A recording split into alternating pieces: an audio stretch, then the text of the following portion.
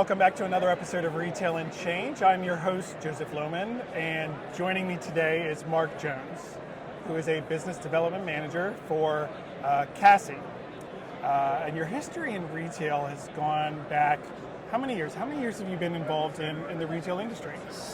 40 plus years. Okay. In various companies, but at Lozier and CASI, 37 total there. And Lozier and CASI and Lozier are part of the same family of companies, correct? That's correct, yeah. They're all part of Lozier Enterprises.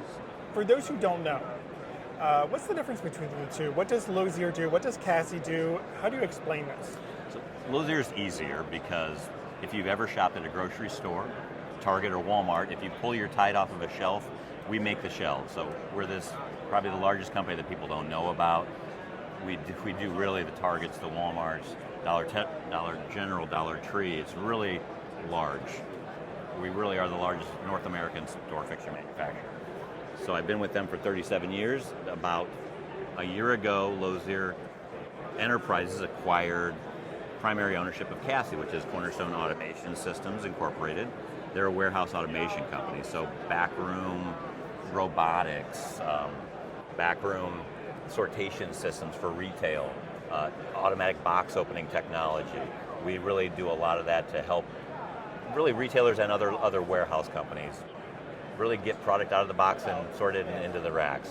Our motto is really we like to address the first 100 feet and the last 100 feet of a merchandise life. So that first 100 feet would be as it comes in the back door. The last 100 feet would be the front end, checkouts and order fulfillment as it goes out that door. So that's really, we're focused to take labor out of there, and we have equipment to do that. So that's really what our mission is. Yeah, and while it may sound boring, there's a lot of thoughtfulness and planning that goes into what Lozier does, right? Mm-hmm. Making Yes. sure that the shelves display the product in a way that's safe, visually appealing, can make it easy for the consumers. So sounds low tech, but it's also very thoughtful in the way you do it. Now CASI, on their other hand, that's exciting. That's the fun stuff. It is. That's the. What brought you to CASI, I guess is my question. Yeah, CASI, because Lozier is shelving's almost a commodity anymore. So it's really you got to keep pricing low and keep quality high and make sure your delivery's on time. CASI brings the technology side to really retail, and since I've been doing this for so long, that really was a very exciting part of the company. Warehouse automation, we don't think that really retailers are spending enough time thinking about how to deal with labor in the back rooms. I think we may be still a little bit ahead of the game, but we know that's the worst part, the worst job to do in the back room. It's hard to keep people there. So that's why we've developed systems that it's labor intensive too, right? Exactly, labor intensive. Why are retailers not paying attention to it? Labor issues are a huge thing. You're right, and we're trying to slowly, as the more advanced retailers, like those larger companies we talked about earlier, as they start to look at their operations, they really are adopting a lot of our technology that we've had. Walmart's a classic example of it. We were able to take their unloading of a truck in the back room from like 6 guys for 6 hours down to 4 guys in 4 hours. So dramatic reduction just by having a sortation system. And that was a custom product for them. So that's really how CASI started. Back in 2002, they started as a custom warehouse automation company that would just talk to a retailer or a warehouse person and say, what's your biggest pain point? And then we would design a custom one-off system for them. And then as it evolved over the years, we had bigger and bigger systems. Actually ran across CASI and Lozier at Walmart, partnered on that sortation system I talked about. And that's when Lozier Enterprises decided to acquire them underneath our umbrella. You're talking about there's exciting things, innovation going on with retailers when they focus on the back area of their businesses. Yes. Yeah. Talk a little bit about that. What are they finding that they didn't expect or didn't realize was solvable? Yeah. Well, it's definitely the speed that you can process the unloading of trucks. That's a big one. Accuracy, inventory accuracy. We have scanning technology that will scan that as it comes off the truck. What we've found is that many retailers know where the product is. They know it left the warehouse, and then they know that they sold it. But they really lose track of it in between. So they call it states of inventory. So we're able to kind of keep track of that product as it comes off the truck, validate that what the warehouse sent them was correct, because a lot of times it's not. So it's a component of shrink. And then actually within the back room, we can say that it was now off the dock, it's now in the racks, or it moved from the back room out onto the sales floor now through other scanning tunnels, RFID technology we use, barcode scanning. We really are kind of always trying to keep our ear open to the latest technology. This show had RFID that didn't have chips. So that's a new technology that's chipless RFID. So we're really constantly trying to keep abreast of that for the retailer to help them keep track of states of inventory. Right, and the retailers I've talked to, that mystery of it, something arrived, something got sold, what happens in between, I don't know. I know it's got to be an area of concern, but it almost feels like because there's not been a solution, they've kind of just thrown their hands up and said it is what it is. I think you're right about that. As you go to them and say, there is a solution, CASI has a solution, it is solvable, what's the reaction you're getting from the marketplace? In truth, they feel like they have even bigger problems to solve in that kind of that last 100 feet of the merchandise, like the front end, self-checkouts and checkouts. They've seen a lot of shrink after COVID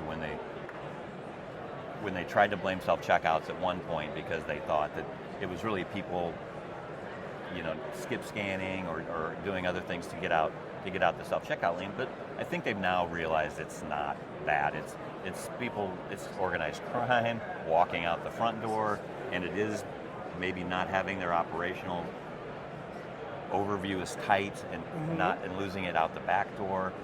So they really are trying to solve bigger problems than the back room right now.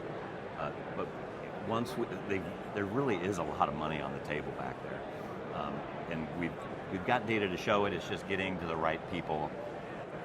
A lot of the people on the Lozier side are more the front room buyers, so we're just trying to get to the right folks. But they've been receptive to our message, at least the big guys that have been willing to invest the time.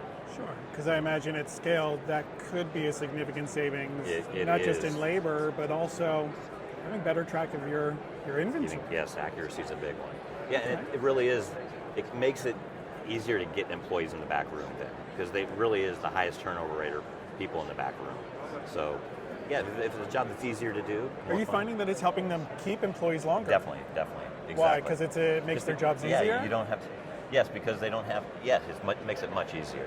And if it's more accurate, if the system can sort it for them, then that's another variable out of the equation. So, yeah, there's still some more work to be done on the manual side of it. Getting robots to help depalletize, and there's a lot of companies that are doing that. We have partnerships with that. That'll be the next stage to help the ergonomic side of it. So, yeah, it's really that you can retain those employees, and you don't have to keep training them and invest that cost into it. And AI is everywhere. Does that also have a role in helping to solve this? It's going to be at some point. We aren't on our side there yet, but right. Everywhere on this show is AI. Everyone is AI. Yeah, yes. That's right. I think the trick is getting AI to work Yep. in a way that actually makes sense. Right, giving not it just the data to make good decisions. Yes, exactly. Yeah, anyone can get data. Yeah. It's what you do with the data, and AI, when done right, really helps people understand not just what it is, but what to do. Exactly. And you see that becoming part of your solution? It will, yes, it will at some point. Right now, since some of the data we get is really crude from the retailers, it's not in a form yet that's going to help. It's not going to help it just yet.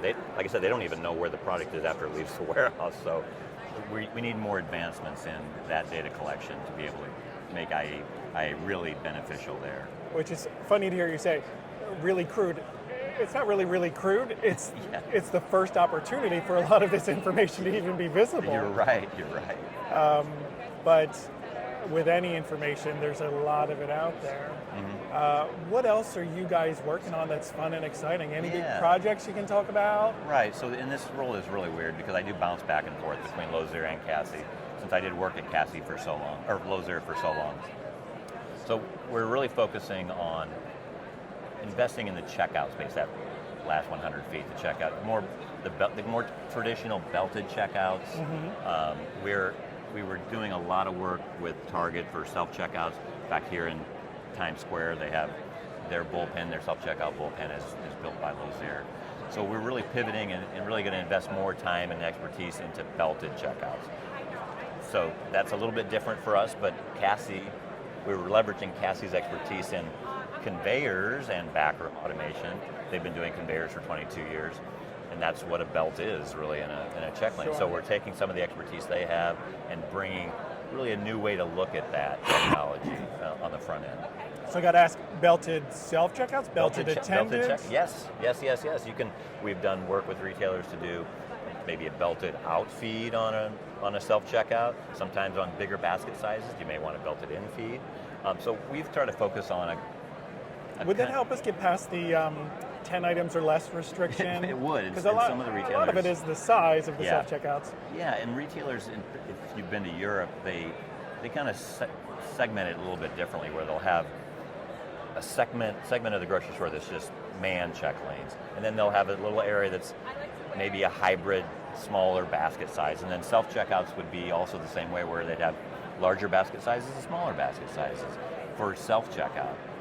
We don't really do that here in the United States, so we're showing a convertible checkout. It's not new technology, but it's a turntable. It's patented, wink, wink, where it can go from a manned checkout. You just hit the button and then it'll convert it over to self-checkout. So you have the best of both worlds. You can keep it manned for those very busy times, high demand, where the checker can scan twice as fast as a self-checkout person. And when it's slower, you can then convert it over. So those would be kind of those hybrid lanes. We're showing that here. A lot of people are interested in it. Like, those have been around a little while. Ours is a little more elegant version of it. But yes, besides that, because of the knowledge and expertise you have on the CASI side, it is, and I think our design is a lot of the old ones were a little clunkier. This really is. It's truly like a turntable, a platter. Everything kind of stays within the footprint. Very safe. So it's just a little different. The other thing we're doing, we're basing a lot of our checkout ideas on modularity. The Lozier shelving line is very modular. You buy it in 4-foot sections. You can add and subtract sections very easily.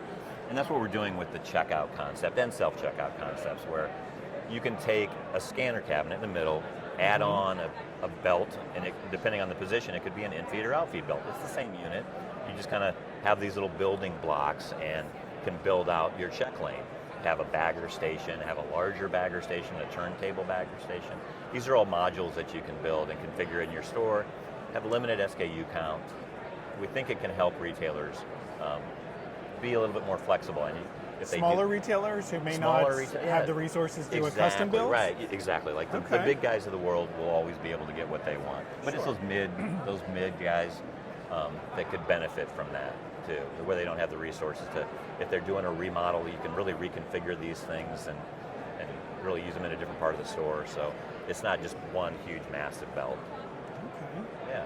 So that's where we're kind of pivoting this year to really focus on those kind of checkouts, those larger ones, rather than self-checkouts. A lot of exciting things. Yeah. Anything else you're allowed to? I know you guys are working on some top secret stuff. Anything else you're allowed to talk about? I probably spilled more than I should. But CPI has been a really great partner in kind of our evolution as a checkout and self-checkout manufacturer. And that if somebody hasn't talked about it yet, we really think that having that cash and coin unit facing the customer, a lot of our designs have that, where the teller doesn't really touch the money at all. We've heard that there's some amount of transactional shrink that may happen on that side of the belt, but intentional and unintentional. Yes, maybe, right. Human error is always a factor. I'm sure that's always a subcomponent of it. So a lot of our designs do have that forward-facing cash and coin unit, but we do think that there is some benefit to that. Yeah, and us, you're seeing a demand. There's some people that really raise their eyebrows and go, oh, I hadn't really thought about that, which is interesting for some of these large retailers. But yeah, it's I think the data is there to kind of support that could be a good idea. But ours are custom designs. If you want to flip it around and have a cash drawer, yeah, we can do that for you too. Okay, awesome. Yeah.